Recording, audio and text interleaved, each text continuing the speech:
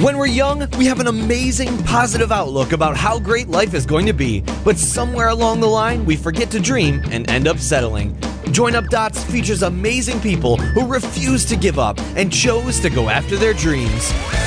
This is your blueprint for greatness. So here's your host, live from the back of his garden in the UK, David Ralph.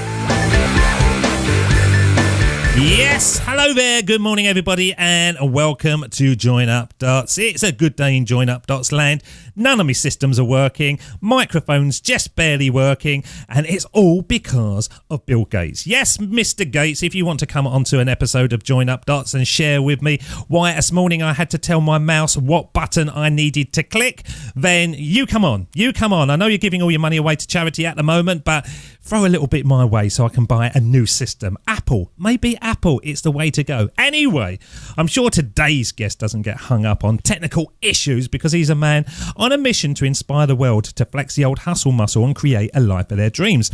And if you've listened to the very first episodes of Join Up Dots, you'll remember that I had a very similar outlook to life. But do you need to hustle, or is it more about doing the right things at the right time in a simplified manner? Well, today's guest is certainly hustling and also doing the right things at the right time. So he's well and truly on his way. As he says, my entrepreneurial story began when I discovered that you could buy things for cheap and resell them for 10 times the value. That's how I started selling ice sticks when I was 8 years old in my neighbourhood. I remember buying those ice sticks for 5 cents a piece and selling them for a full $1. Believe it or not, I would sell anywhere from $40 to $80 in a single day. Might not sound much to you, but for an 8-year-old was definitely a fortune. And after that, I've been jumping from business to business, tried all different industries I could, tested products in different niches, all trying to find what would really make me happy. And for many years, I've been focusing on how to generate more money. All my decisions have been based on increasing my income no matter what. However, I now feel I took the wrong approach to success. After a crazy 18-hour drive on a solo adventure road trip I did recently, I came to realise that there was a much easier and better way for me to succeed, to do what makes me happy and stop chasing the money, as money will chase me. Now, the result of this trip and all the hours I meditated while looking at the Golden Bridge is me creating the Hustle Show, where I want to motivate hundreds of entrepreneurs every week and to show the world that even though entrepreneurship is pretty damn harsh and cruel, it's also extremely comforting. So, from his entrepreneurial beginnings, offering the world sexy lingerie to bring the spark back into their marriages, what made him pivot to where he is today? And is success based on doing what you love or providing to the world what they love instead?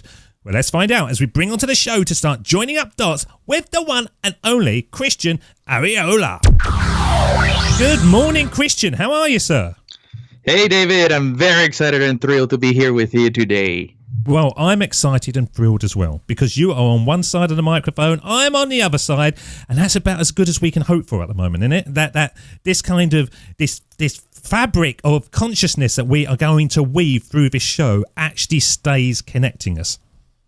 Absolutely. And I mean, I wish I could just jump in a flight and go visit you, man. Been meaning to go there.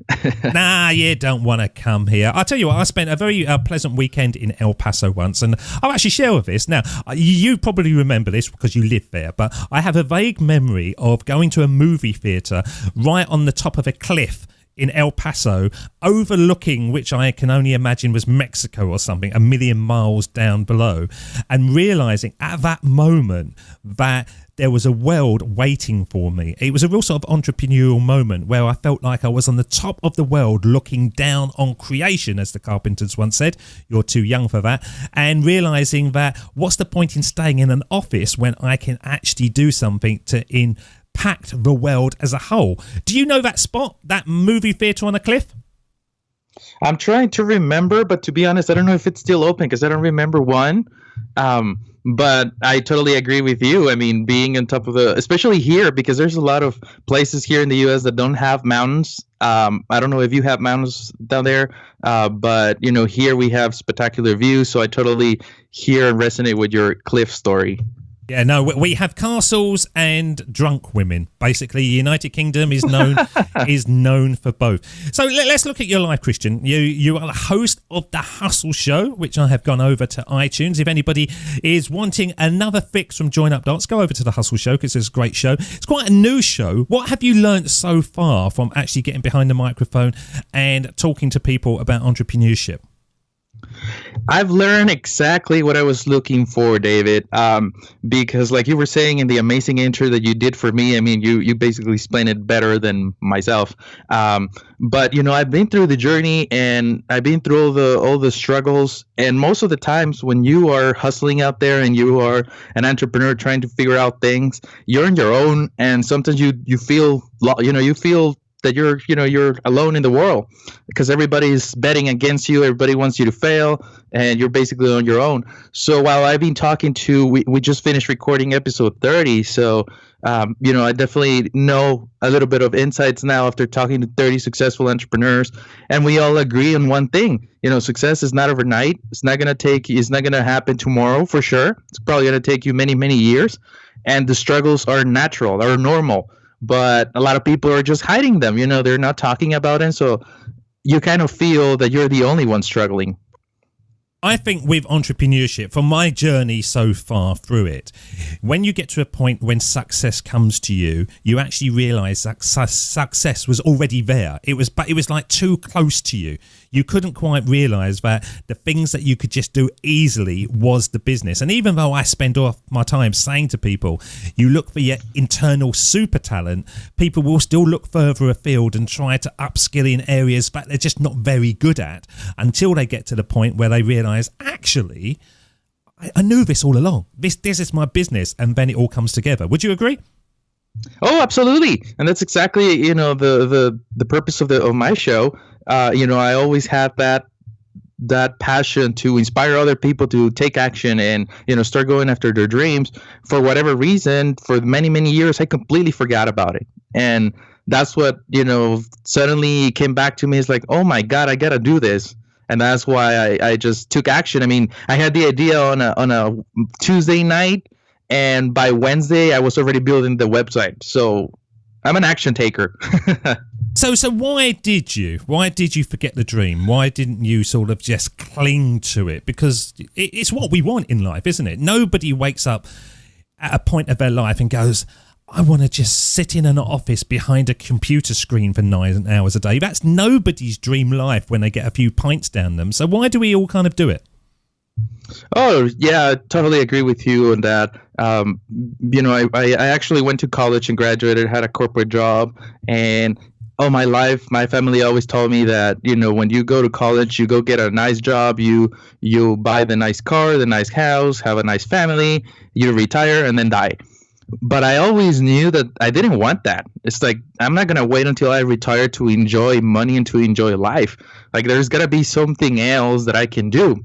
And so for many years, I started doing side hustles, never full time, but I started having side businesses while I was in corporate America, because I always I always had that fear that I couldn't possibly do it full time. Like, that fear and that doubt. Christian? That I had. I'm going to jump in there. Why did you have that fear? Why didn't you believe in yourself at that point?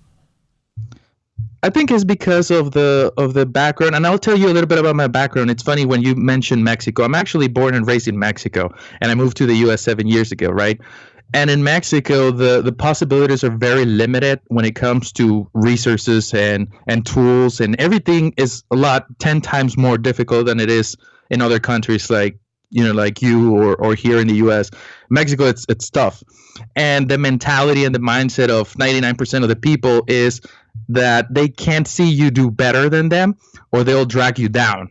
So I come from and this was happening in my family, right? Every day I would bring up, my dream. It was like, I'm going to do this. And then at least 3 people will tell me, no, you can't do that. That's impossible. That's not possible to make. It's total BS. So I grew up with this mentality, and for many years, I think it did get to me, right? It did change my mindset, and it affected me, and it kept dragging me down. And I think that's the source of that fear and doubt that I had for many years to even start anything. But I can understand that, but that's just kind of excuses, isn't it? Because we see people who have created millions from starting in a field in India with probably less than you had in Mexico. So it's all ultimately excuses. Yes, they are. Yeah. And it was until the day I realized that it was an excuse that I actually believe in me, and that I saw that exactly what you said. I mean, there's a lot of people that are worse than me, and they're crushing it and they're killing it out there. So if they could do it, I mean, I can do it too, right? So that's exactly the moment I had many years ago. I think this was like when I was in not in high school, but probably at the end of college, that I finally realized that, okay, entrepreneurship is possible. If there's so many young entrepreneurs and, with horrible backgrounds or went through difficult life situations and they succeeded, like, I'm just saying excuses to myself. Did you think that actually it's easier in some ways? Because I actually do, but a lot of people have got an opposing view to this. But I actually think that one of the reasons why I didn't get going till much later in life, you won't believe this, Christian, but I'm 47 years old. I know you look at my picture on my website and you think he must be about 18, 19, but no, I'm actually 47. And for many years, I went up to the City of London and just did a job, and that was it. And I kind of wonder whether my life is too comfortable. There wasn't anything to rally against. I had nice holidays, I had a nice car, a nice house, and everything was just okay. I wonder if that was all stripped away from me and I got taken back to survival, where it was either fight back or kind of die, whether I would have got going earlier. Did you think, if you look at all the people that have really hit the ground, do you think that they all started with less, or do you think that by having a comfortable background, you've actually got more chance? What do you think? Oh, no, absolutely. I think this is going to be kind of weird, but I do think that people that have a more difficult background have more hunger to succeed, because one key word that you just mentioned is it's comfortable. When you feel comfortable, you don't want to change things around. When I was in corporate America, I would see all my colleagues, they had their family, they had their activities, they were comfortable, and they had been working there for 15 years. And I remember them asking at least 3 or 4 times to each of them, it's like, why are you still here? And, why are you not doing something else? Like, it's boring here, 8 to 5 here, and then go home and go to the activities of the kids, and then done for the day. And that was their Monday to Saturday. And all they would ever tell me is, well, I'm comfortable. Why would I change things? But I think the reality is that when you feel comfortable, I think you're losing already. That moment that you settle, you lost. That's how I see it. I see it the same. Let's play some words that really sort of emphasize what we're saying here. Here's Rocky. You, me, or nobody is going to hit as hard as life. But it ain't about how hard you hit. It's about how hard you can get hit and keep moving forward. How much you can take and keep moving forward. That's how winning is done. Yeah, it's all about getting punched in the face, isn't it? And accepting that that's part of the journey, which I think for many years, I didn't get punched in the face. I think I just kind of coasted until a promotion came along and coasted until something else came along. I don't think I struggled like Rocky was saying.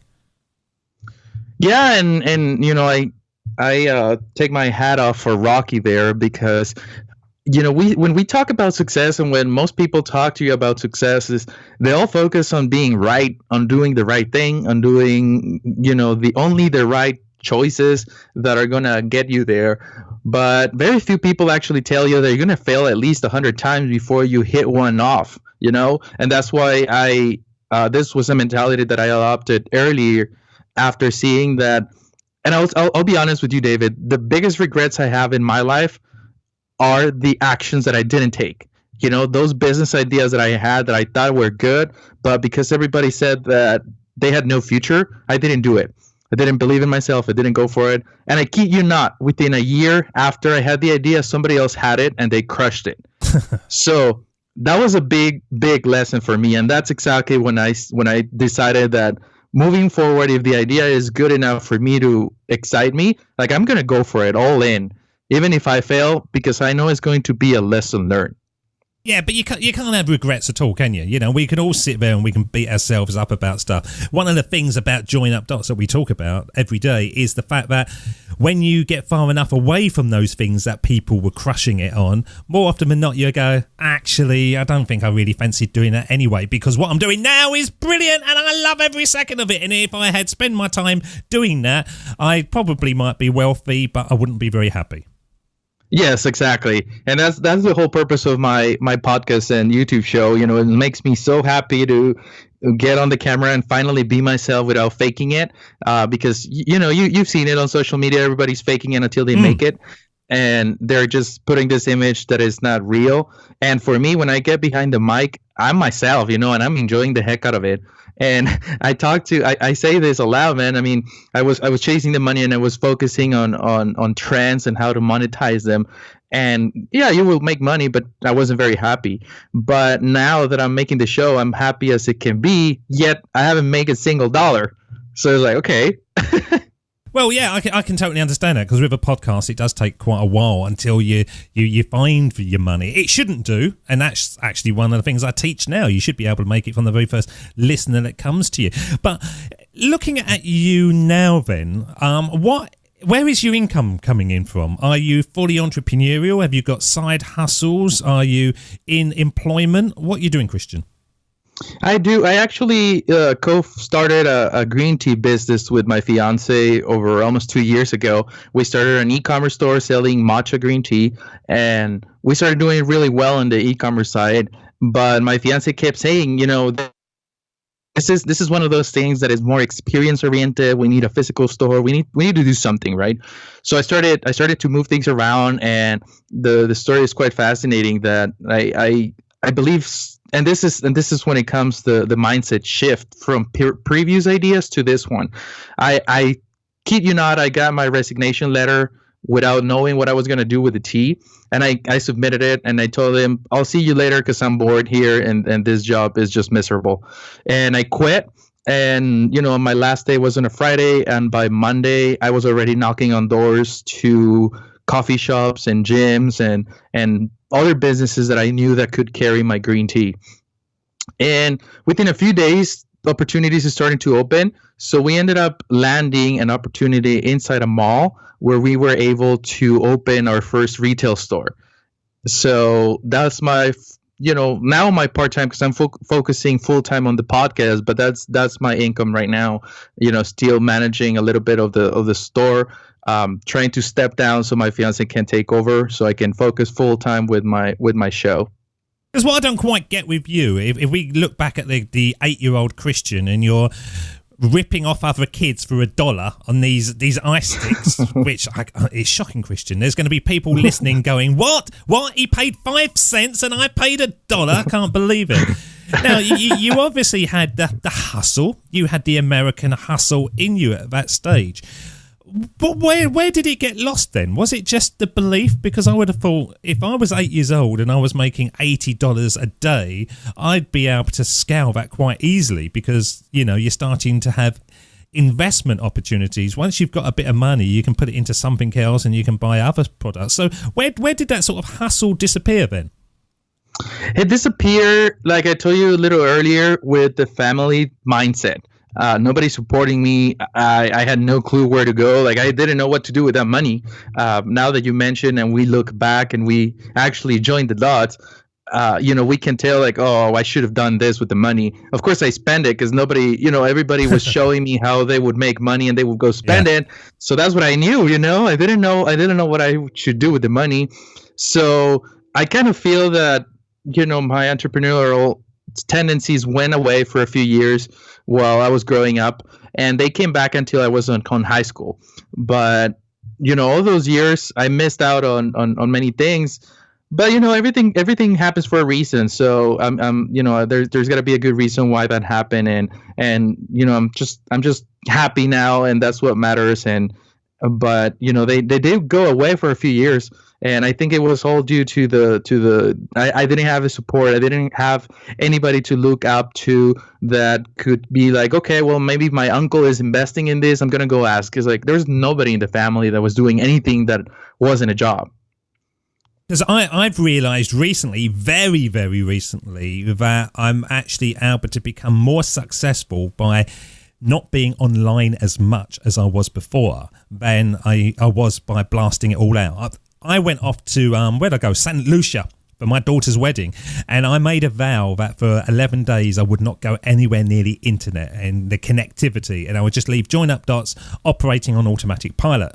And that's what I did. And as I was out there, my brain didn't have anything to think about, so it would just sort of have ideas, and ideas would just pop into my head. And I realised one of the things that will take me to the next level is the fact that so many people want to create an entrepreneurial venture, but ultimately they don't want to be sitting in front of the computer for 9 hours a day, because you might as well just be, it's quite lonely. If you're going to do that, you might as well be at work, because at least you've got people to talk to and, you know, secretaries to chase and things like that. But when you're sort of working on your own office, so I realised that my core focus for everything, Christian, is not money, is not profile, is not anything that I thought I was building up to. It's the ability to actually create a life which is 100% disconnectable, if there's such a word, that you can go off the grid and it actually still operates without you. And it's strange when that comes to you. Well, I should have known this. I could have seen this. This is what I've always liked doing, you know, just disappearing from people. But since then, within about 2 or 3 days, I've had about 5 clients go, I want to learn that. I want to learn that. How are you doing this? And it just comes together, which brings me to your statement in your introduction about money will chase you. Once you find the thing that you really makes you happy, you don't have to worry so much about lead generation. People will find you. It's a gold mine, isn't it? It is, and it's legit. And you know, unfortunately, it takes us time to learn that lesson. I think that lesson should be taught very young to everybody, because you go through the journey and you go through the ups and downs and all the struggles to learn it, and it's gold, man. I mean, once you realize it, it's mind-blowing. And just like you said, I mean, you went away and you were completely offline and you got clients, like, without even selling and without even pushing it, because you're doing what you love, right? And that's how I felt with the show. Is like, this is it, right? This is what I came here for, and this is what I like, and this is what I love doing, and that's why I'm doing it for free. Because, and I don't even worry about monetization, because I didn't know it's going to happen, right? Just like you said, I mean, money's going to chase just going to chase me, because now I'm finally doing what I love. And what is it that you really love then? Because we're talking about the Hustle Show. Once again, go over to iTunes, people. But what is it about it? Is it the process? Is it the conversations? What really sort of lights your fire? That's a great question, David. It's the fact that it allows me to connect with amazing people like you, and all the entrepreneurial, celebrities or profiles out there that are amazing people. But they get hit so many times a day, people asking for free stuff, and of course they have filters and they have the somebody in the middle so that you can get to them. And the show has allowed me to connect with them and have a real nice conversation. And you learn from these people that have gone through it, right? And you make relationships, and we end up, to be honest, out of the 30, probably 20 are already good friends of mine that we talk every other, a couple of times a week. And for me, connecting with like-minded people, it's mind-blowing. That's what I love. And it comes back to growing up as an entrepreneur on my own. Like, nobody was supporting the ideas and nobody was supporting my mindset. For me to finally find out how to connect with other people that are like-minded, and that's the part that I love. So, I love the conversations. I know hearing their stories of the struggles and their journey, because it inspires me to to just keep pushing, man. I mean, the journey stuff, and like we said before, you could be feeling, it's easier to get comfortable in a job than to go after building something new. That's for sure. Like, if you're looking for something easy and something comfortable, entrepreneurial is not it, right? I mean, just go get a job and enjoy life. But if you are one of those people that know that there's got to be something more outside of your job, then that's when the journey gets fun. I think actually it's for a man, it's the closest thing to childbirth that we can do. You know, it's just pain, Yes. pain and hardship every single day. And, you know, I really did go at the very beginning, the first year of Join Up Darts, I did 365 hour-long episodes every single day, on the back of doing my own job and hustling and stuff. And it just drained me, and I was thinking, this is not fun. This isn't fun. Why is everybody sort of saying, this is brilliant, I'm doing this, I'm doing that, and everything's amazing, and my life is absolute crap here? And I just couldn't work it out until I realized, as you said, that a lot of what I was looking at were lies. It was lies, people. You go over to Facebook and you look at what they're all saying. It's rubbish. But you don't realize that until you've actually gone through the journey yourself. And so once I switched off from all that and just focused on what I was doing, I didn't have that competition. I wasn't chasing Christian thinking, he's doing this and he's doing that, that's what I should be doing. I just got my head down and just did what I did. And if things got done, things got done. If they didn't, they didn't. But no, nothing stopped. That's the thing. Nothing died because I hadn't created this new website opt-in or this email list or whatever. Nothing changed. It was just extra pressure I was putting on myself. So did you find the same as you've started building your business? Do you kind of think, I should be doing this and I should be doing that and that should be working and this should be happening? Oh, yeah. And then I'm going to tell you a recent story, actually, to answer your question. For the first 6 months of 2017, I went through a horrible depression. And I say depression when it comes to, of course, emotional wreckness, right? I felt lost. I felt like I had lost everything that I was doing, like the purpose, and why was I even going after entrepreneurship? And it was horrendous. I mean, it's something that I don't wish to anybody. But now that I look back, I know exactly the source that was fueling that depression. It was social media. It was comparing myself to other people of why we started at the same time, and this other guy or this other gal, they were crushing it already, and I wasn't, right? They were already at the level that they wanted, but I wasn't. And this is a big no-no, right? So this is another lesson that I learned it took me a lot to learn, but I'm so glad I did.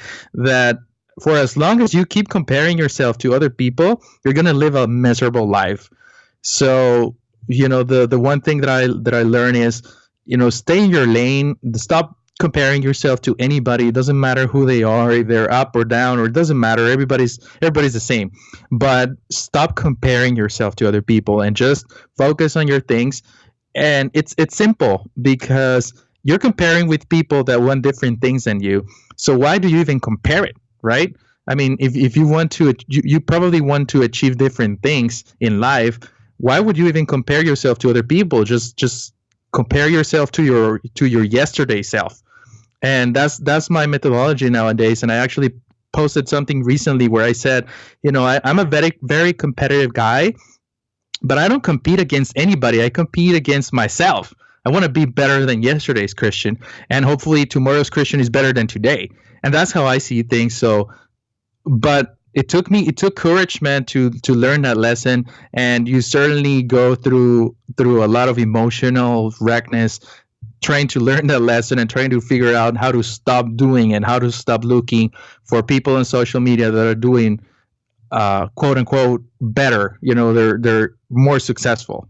Yeah, I know. I agree with you totally, Christian. And what I would say to all the listeners out there is, if you are looking to get going, this is my personal spin on it, go over on LinkedIn. If you haven't got a LinkedIn account, sign up for it and type in the name of your town and entrepreneur groups or whatever, and you will find there's a lot of groups in your area.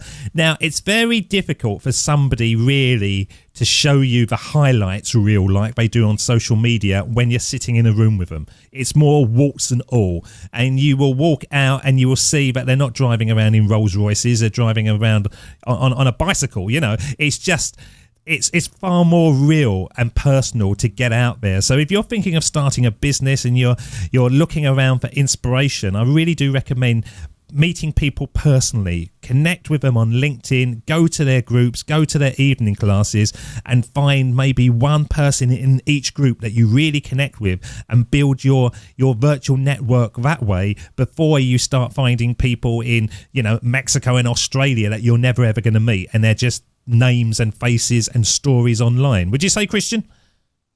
Yes, I agree 100%. I'm actually very, very passionate of meeting people locally. And, you know, I love reaching out to the organizers and connecting with people, because when you see it face to face, like, there's nothing to show off. You're not looking at their house. You're not looking at their amazing social media pictures. You're not looking at the fake stuff. You're looking at a human being that is a smart person that is there with you, and he's open to chat with you, right? So, yeah, everybody that is listening, you know, connecting in person is such a different feeling. And, you know, I wish I discovered this earlier too, because instead of me looking up to other people on social media, I would just rather go out and meet people. That's for sure. Let's talk about your crazy 18-hour drive on a solo adventure road trip. What started that? What made you jump into a car and drive across America or whatever, all on your own, stopping at the Golden Bridge, meditating? What led you to that? Because it's not usual behavior. Yes. And this is actually the result of my depression that I was talking to you earlier. It got to the point that I was so unhappy that every single day I felt devastated, right? And of course, it was already affecting my relationship with everybody. You know, of course, I didn't have friends around, because most friends, you know, back then, the first few months of this year, I only had like one or two friends who were entrepreneurs and understood the way I was thinking. But rather than that, everybody was kind of ignoring me. Of course, with my parents was a little tough to, you know, I wasn't happy. I didn't want to talk to anybody because I felt lost. And it got to the point that even with my fiance, things started to get rough, because I felt something weird, right? I mean, I didn't want to talk to people. I felt miserable. I was completely unhappy. So it was one day that we went for a coffee, my fiance and I, and we were talking, and I told her, you know what? There's this idea that is popping for the last few days, and it's, what if I drop everything and, you know, you take over the business and I just jump in the car and I leave, because I really need time off from everything and from everybody. You know, completely shut off of everything, just like you did for your daughter's wedding. I mean, go offline, go off the radar, and go back to find myself and find my purpose. And so I got she completely agreed, and she knew I wasn't going to pull it off like right away. So she got my phone and she actually booked a rental car as soon as I finished the sentence. And as soon as she got it, like, oh, I'm leaving tomorrow. So she was trying to get rid of you. That's the thing, Christian. She couldn't. Your misery guts. She wanted that miserable face out of her sight for a while. I think she was really tired of me, man. So, you know, long story short, so I got in the car, and it's like, okay, where are we going? Well, let's just hit the road. And, you know, I've been to California many times, to LA, San Diego, and all the cities, you know, the most common cities, but I've never been to San Francisco. And so I wanted the adventure to be something completely different, of me stepping out of my comfort zone at 1,000%, doing things that I've never done before and that I don't like doing. So it was to drive that long. That was the first one. The second one was, okay, I've never been to San Francisco, and I know it's a very modern and you know, a lot more advanced, that especially here in El Paso. So that's how I ended up in San Francisco. And while I was there, this is a funny story too. Like, I was Googling, you know, meditation centers in San Francisco, like, you know, a retreat or something where I could take some time off to just think. And I ended up in this. It was called a meditation center, but I thought it was going to be like a yoga retreat, right? I thought it was going to be some time off and just silence and let's think. So I was looking for that. And when I Googled it, I found a center that it ended up being a modern Buddhist temple. And when I got there, I was just like, oh my God, I think I came to the wrong place. But I started thinking, it's like, well, I'm here because I wanted to try things different. So if for whatever reason I found this center, let's just go in and have the class and see what happens. So long story short, the monks were amazing. I almost feel like they were expecting me. I mean, it's crazy to say it, but I almost feel like they were. And they were, for some reason, they connected with me and they were talking. They were not talking to everybody, but they were talking to me for like half an hour, trying to figure out what was going on with me and why was I so devastated and so miserable, and why was the depression that was going on. And all they could say was that, I've been working on my mindset for quite some time, but it was still not enough. And that's what I told her. And they told me that my depression came from losing the connection between my mindset and my emotions. So it's like, wow. So now that I look back, it's like, I'm so happy that I went to San Francisco. Right, say that again, right, because that's kind of blew, my mind went in two different directions. So you disconnected between your mindset and your motivation. So or emotions. What does that mean? Yes. So basically what I was thinking, I wasn't feeling it. So this is the easiest she could explain it to me. Of course, there's probably a scientific way to say it, but we're talking about how we read a lot and we try to learn from self-development and self-improvement, and we try to dominate our mindset and we try to tell our mindset that it's possible instead of fearing. But we always forget about the emotions, man. And the emotions is the root to our our mood. Like if you feel happy or if you feel unhappy, if you're angry or you're not angry, everything comes from your emotions. So I had that disconnection that what I was feeling wasn't really inspiring my emotions at all. So it was crazy when she told it to me because it makes sense.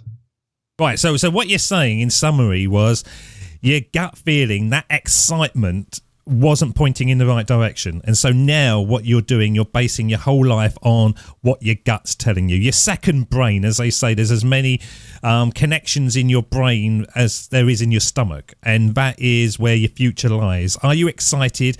Are you focused? Are you energized? If you are, that's good. If you're feeling stressed, if you're feeling unstable, then that's not good. You don't go in that direction. Would that be it? Yes, that's exactly right. I think you are better explaining it than me. Oh, go me. I think I'm going to start my own Buddhist temple. Do you know that? Yes. I'm going to shave me head. I'm going to get fat and sit there cross-legged all day waiting for people to turn up. So, Christian, with your life now, where is the belief then? So you went from that stage of going, I didn't believe in myself as a younger person. You're now having amazing conversations with people. You are finding yourself. You're understanding what makes Christian happy. So where is your belief? On a scale of 0 to 10, what would you say? Oh, now it's like at 100, man.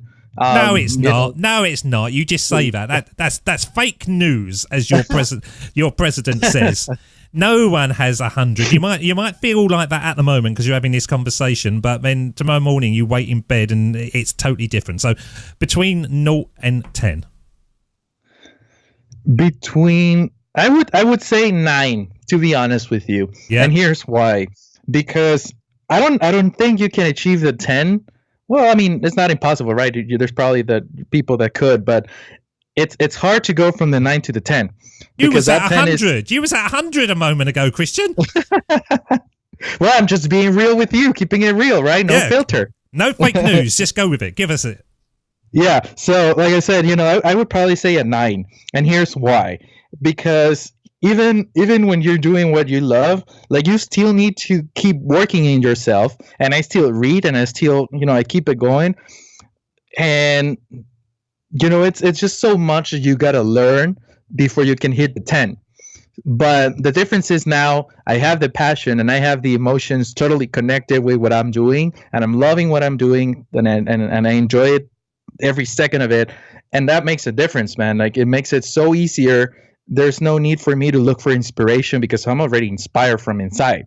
So that would be a 9 for me. And it's not a 10 just because I think it's an ongoing thing. Like I got to continue working on my mindset and I got to continue working on inspiring others too, because that's a great feeling when you are able to inspire and change people's course and mentality. That's amazing. That's a really, I don't think there's a price for that. It's totally priceless. I'm between 8 and 3. When I'm doing what I'm doing now, it's an 8 because I think I'm totally in the zone. And then when I think about what I want to do going forward and what other streams are coming in, and a lot of it in the entrepreneurial vibe, you kind of get this idea of, wouldn't it be good if I could do this? But I ain't got a clue how to do it, Then I dip down to 3, and then the doubts come in, and then I managed to work my way up to about 8. So I would say I'm about 8 to 3. So you're a genius, Christian, to remain at a plateau of 8 every single day. I salute you, sir. Thank you, man. But like I said, I already shared my journey, so it's definitely not something that started this morning. It took me many, many years to figure it out. Well, let's play some words now from a man who really spoke about going on the journey and trusting yourself with intuition and faith. Here he is, Steve Jobs. Of course, it was impossible to connect the dots looking forward when I was in college, but it was very, very clear looking backwards 10 years later. Again, you can't connect the dots looking forward. You can only connect them looking backwards. So you have to trust that the dots will somehow connect in your future. You have to trust in something, your gut, destiny, life, karma, whatever. Because believing that the dots will connect down the road will give you the confidence to follow your heart, even when it leads you off the well-worn path. And that will make all the difference. Does that kind of summarize your life at the moment, Christian? It does. It totally does. I mean, I bowed for what he's saying. Steve Jobs was an amazing person and a very inspirational. But he, that's totally right. I mean, when you're going through it, you don't see the light at the end of the tunnel. But once you're on the other side of the fence and you look back, it's like, oh my God, okay, I did okay. I'm glad I did what I did. And when you look back over your whole life, I generally ask this question, so I'm going to ask it to you. Is there a big dot moment when you look back and you think, yeah, that's really when things started to go, it showed me the direction? I would say it's looking back when I was about to get ready to leave college, and I kept hearing, you got to go get a job and climb the corporate ladder. But my gut feeling was telling me differently. They were, something inside was telling me, no, you gotta find a business and go all in. This is the time to shine. And of course, I followed what everybody was saying. So that was probably the root of all evil, that I had my mind saying one thing and my gut feeling saying the other one. And I wish I just should have listened to my gut.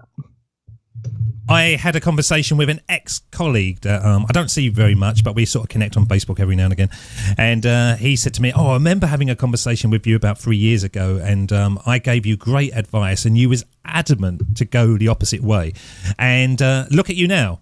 Well done. You didn't take my advice. And I said to him, basically, I don't take anyone's advice, because that's always the advice that's right for them, what they think they would do. And we all know the advice that's right for us, but we have to sit and we have to be quiet. And even if we're wrong, as long as we go with our own advice, we're not normally a million miles away from where we should have been. It was kind of vaguely in the direction, and then you can just pivot and sort of go again. It's much easier to just allow your own thoughts to show the way, isn't it? Oh yeah, absolutely. And what he told you and what you answer was exactly right on point. And it comes back to what I told you earlier too. Like, everybody wants different things. So why are you listening to advice, or why are you admiring other people that want different things? If that's not your case, right? I mean, follow your gut and stay in your lane and focus on what you're doing, because you want different things. So that's my advice to everybody, and a lesson that I learned, that it took me quite some time to learn too. Yeah, I agree with that totally, and that's why in Join Up Dots you very rarely hear me say anything really specific. It's all in general terms, so that you go away and you kind of think about it and then let your own version of what we've been discussing come to the fore. That's the way I think that the future is made. Well, we have been leading to this part, Christian, and this is the part that all our shows lead to, and we called it the Sermon on the Mic, when we send you back in time to have a one-on-one with your younger self. And if you could go back in time and speak to the young Christian, what age would you choose and what advice would you give? Well, we're going to find out, because I'm going to play the theme, and when it fades, you're up. This is the Sermon on the Mic.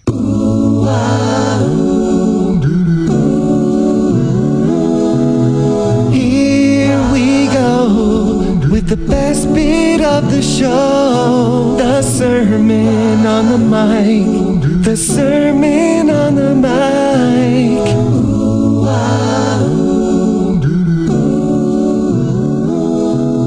All right, so I'm excited for this moment, so really appreciate it, David.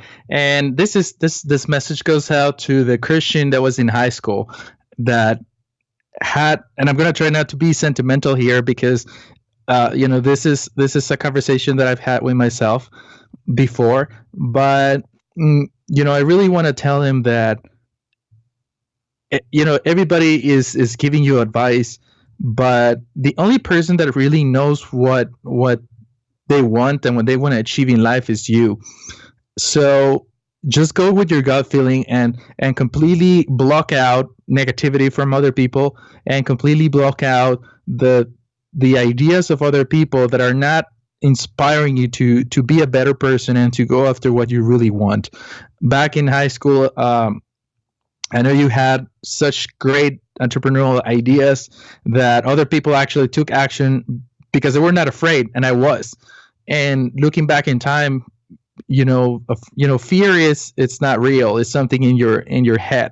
So whatever you have to do to overcome it, either read or go to conferences or maybe look for a mentor or a coach, but try to overcome the fear and try to believe in yourself, because you need to be an entrepreneur because that's what you were born for.